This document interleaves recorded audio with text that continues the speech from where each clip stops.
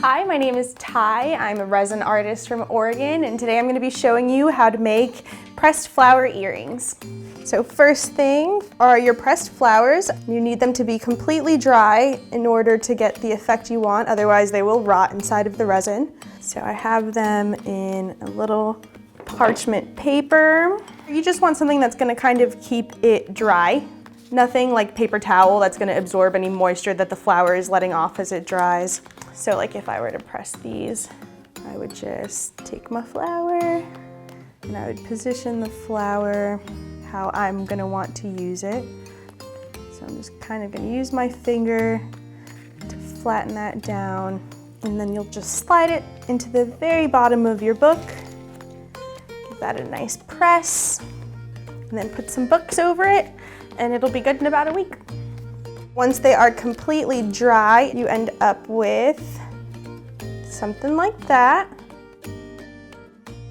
And then you'll want to have these little molds ready to go. They come with little holes in them so that it's easy for you to add hooks or jump rings to make earrings or necklaces. I'm going to add our hardener. Today I'm using a 2-part epoxy. It's going to be the most durable. Next, we're going to move on to the resin itself, and we'll pour that in as well. Now we mix for about 3.5 minutes. You want to mix really slowly to minimize the bubbles that are going to come out of the mixture. After I stir a couple times, I like to bring in my little heat gun just to warm it up a little bit. With resin, you have about 30 minutes working time. With the heat gun, you can add another 10 minutes to that, and it also becomes a little bit better if it's warmer. You don't really want to be mixing resin in a cool environment. And there are some bubbles in there from my mixing, so I'm just gonna give it a little bit more heat.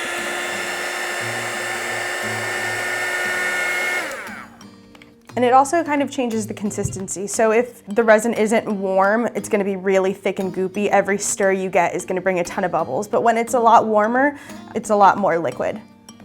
So then you are ready to move on to your molds. First thing I'm gonna do is add just a little dollop to it. It'll keep any air pockets from being on the bottom of the flower. You'll put that in.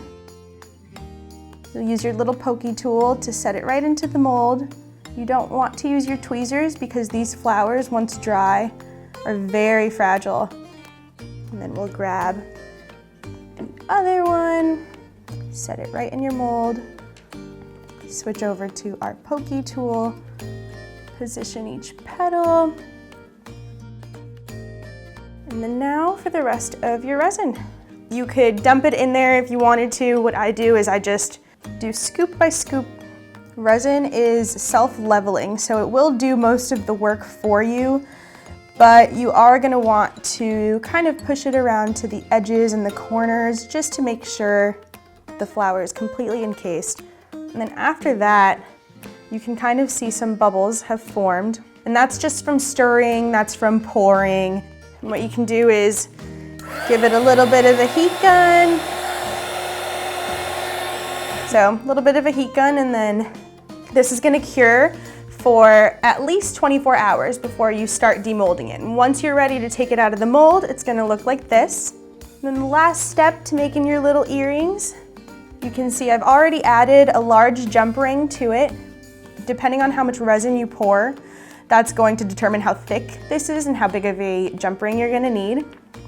Get your jewelry pliers. You're going to open one side slightly toward you, and then you'll just slip it right in there and do the same thing.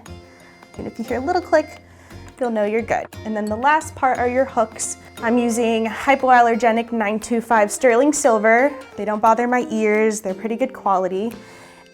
And it's kind of like the jump ring except half, and you'll just push that out a little bit.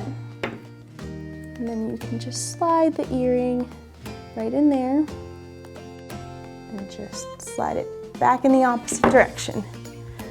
And that is your finished product. And that's it. You've made your first pair of resin earrings using flowers from your own garden.